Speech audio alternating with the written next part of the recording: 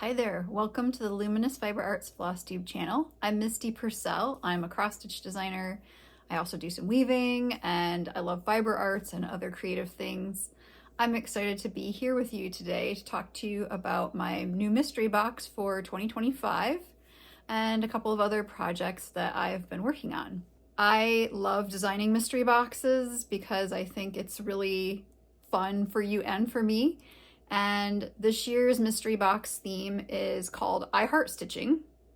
So the box will have stitching themed artwork on it, and all of the goodies inside will be a stitching theme as well. So there will be two pattern leaflets with 3 projects inside the box that have a stitching theme, and there might be birds as well.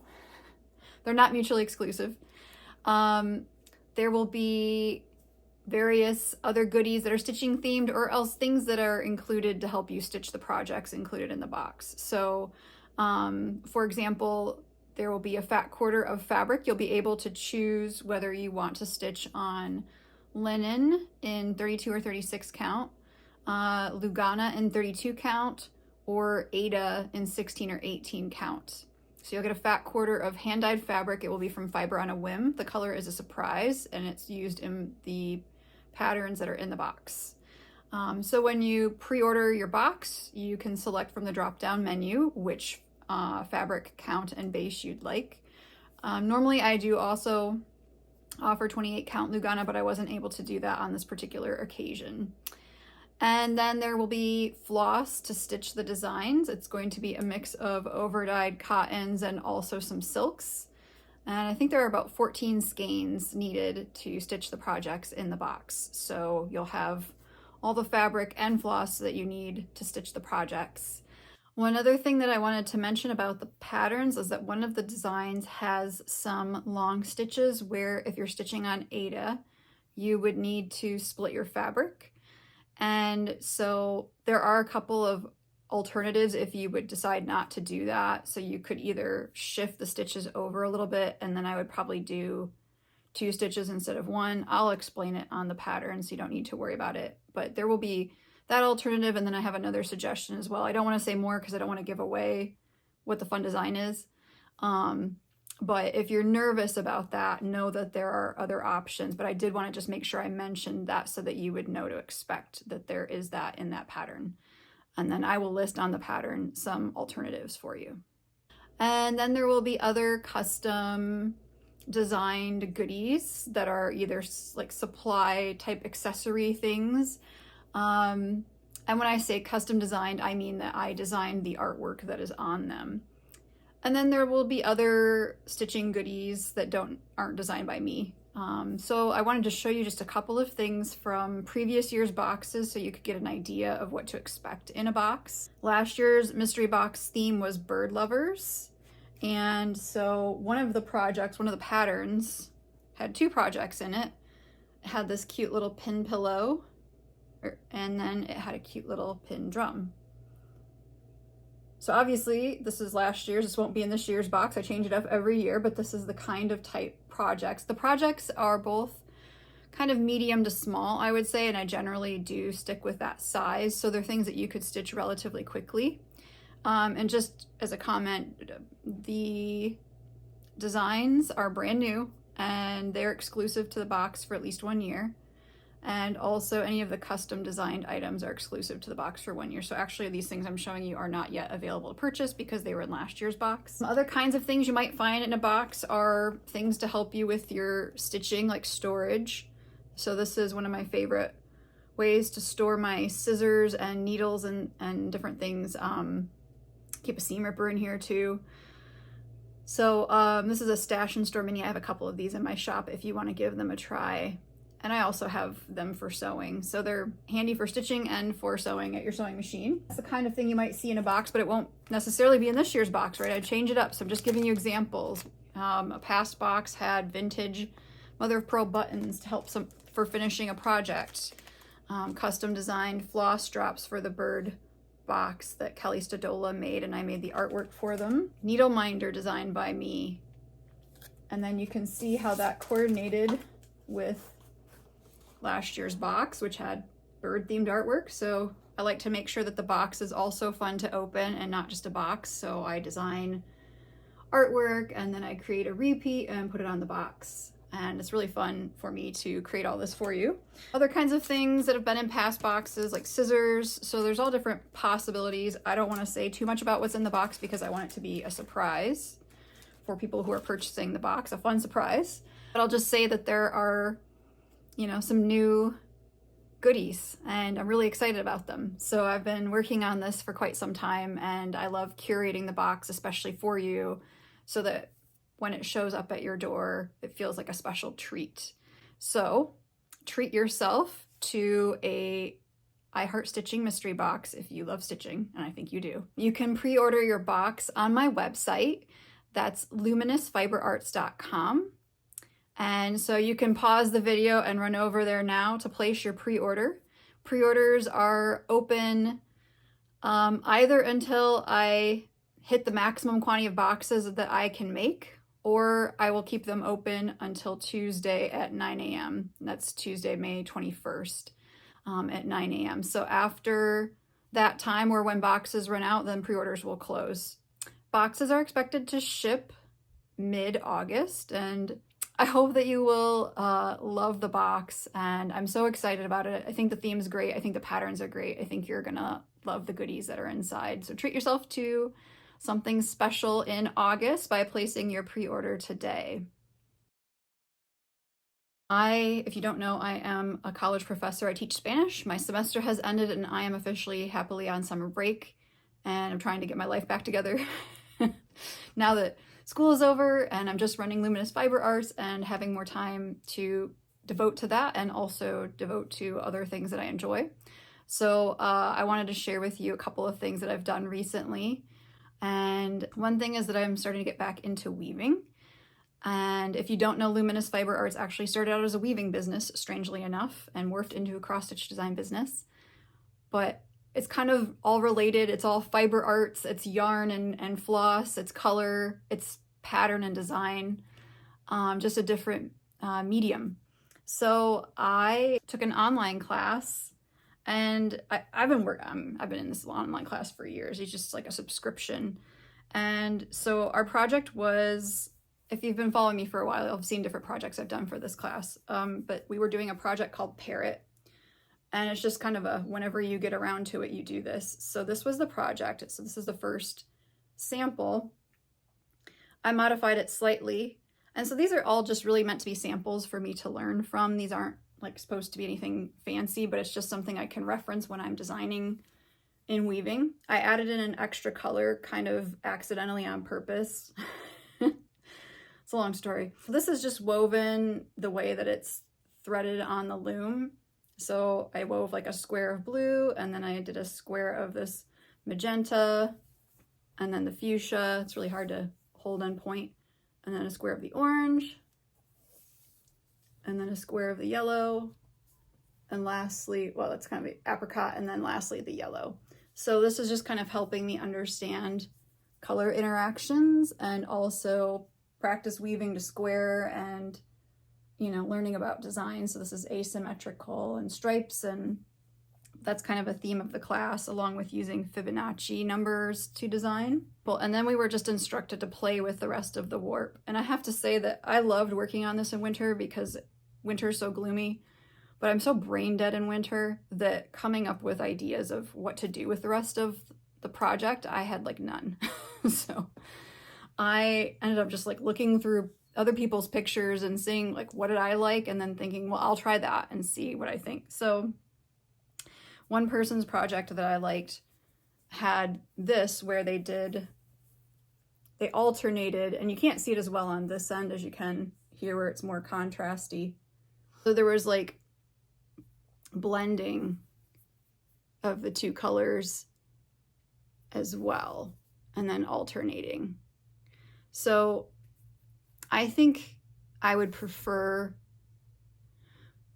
to have done this a little bit differently and maybe to have made this section wider.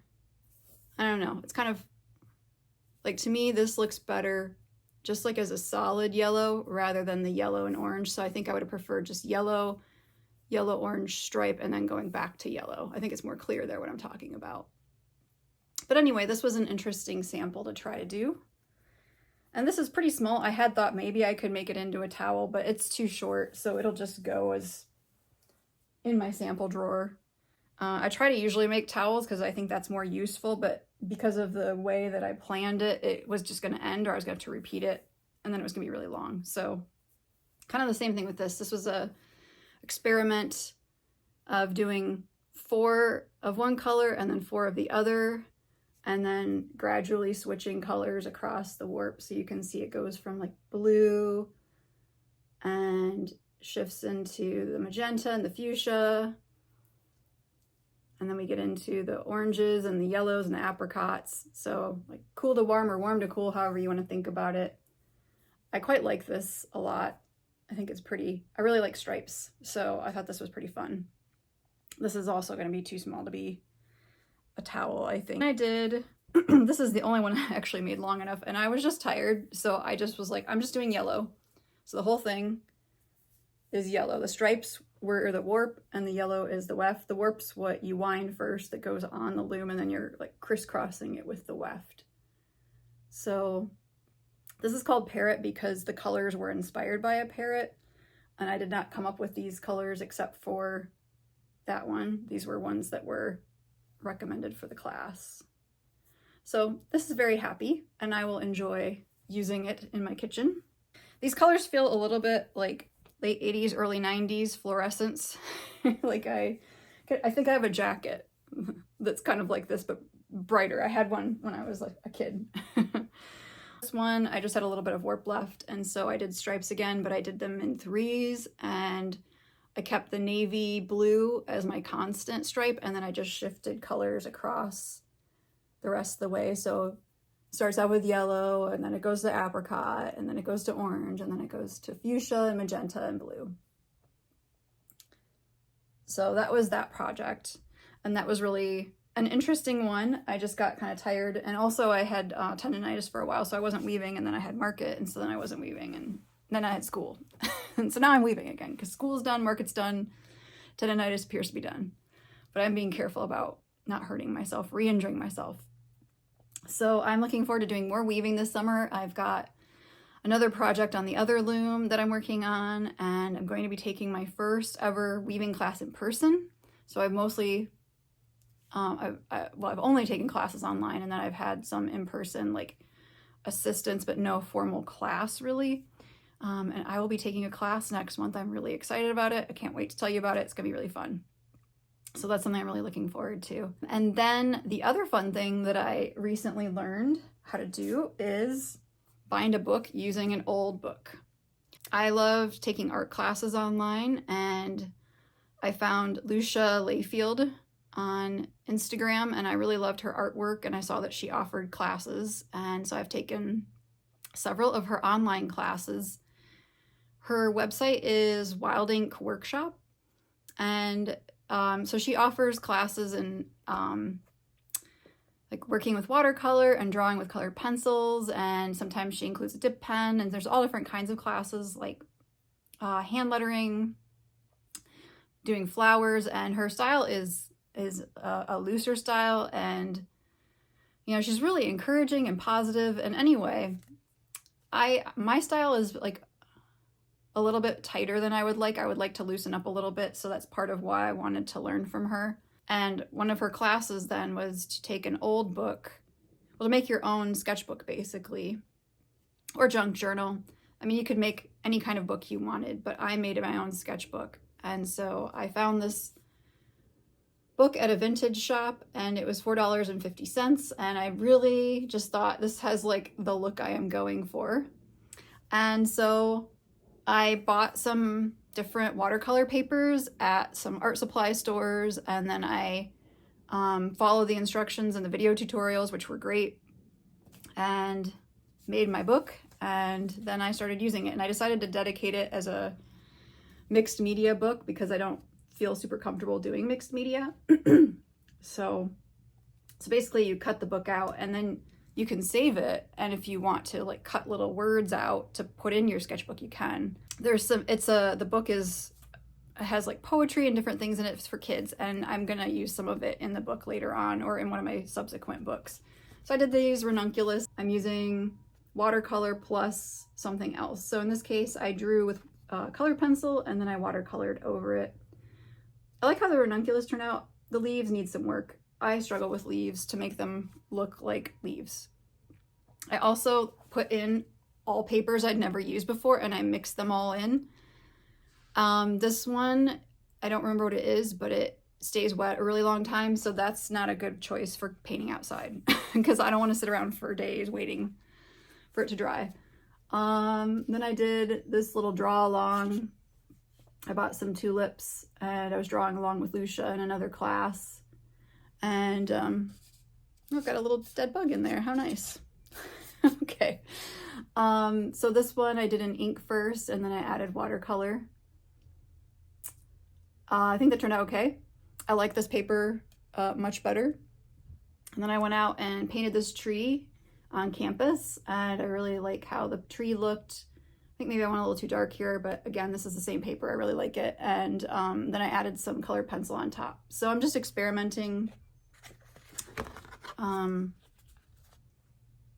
These were blooming at the Arboretum. And this one I did colored pencil first and then watercolor over the top. So one of the things that's kind of fun about Lucia's class is that she's not trying to have this be perfect. So, you know, like I tore the edges on this. You can see they're deckled because I tore them. You know, she teaches you how to make like little pockets in your journal. I have different pages like she did that are different sizes so that you can kind of see past them. It was just a fun way to make a journal. And the only thing that I think didn't turn out so well for me is that sometimes my pages like kind of stuck together with the glue. So you do sew them and then you glue them like here. This doesn't open real well here. So I looked into bookbinding a little bit more, and I think one, I need to pay attention to the grain of the paper, which I didn't know it had. Two, I need to get a book press, which I have on order, so that I should press them before I glue them. And then when I glue them, they should be pressed so that the glue doesn't come through as much. And I think that will help with that issue. But what I love about this book, see, it's even got the little tape here. I don't know, I feel like this was really cool. I love that it's kind of messy, so I'm trying to not be precious, and sometimes I get too precious about my sketchbooks, and I'm like, oh, I shouldn't ruin the paper or whatever. And I'm like, you know, I made this, I can make more. It's already looking old. I tried to make it look a bit messy so that I would like allow myself to play. So it's my playground. And I guess the other thing that's cool is just I can put in whatever paper I want. I can try new paper that I can't get in a sketchbook that only comes like in pads or in sheets. And I can just experiment. So if you're interested, I will put a link in the description in case you want to check out her website and this specifically, this bookbinding class. But she has lots of really fun classes. I really recommend them. They're so, like, she just has a really positive attitude, and she knows that people are nervous about making art, and I think she does a really good job giving you ways to cope with that, like breaking things down into ways that they're more simple. And it's just really enjoyable, and I enjoy her personality. So I would recommend that. So that's what I've been up to other than the actual painting. But yeah, I've been doing a lot of art lately and just really enjoying it. And I'm looking forward to doing some crafting this summer, and I have like a long queue in my head. So that's what I will be working on, are some crafts, some stitching. Now that I don't have tendonitis, I should be able to do some stitching. So I hope that you've been having a great May, and I look forward to catching up with you next month. Thanks so much for watching. Take care.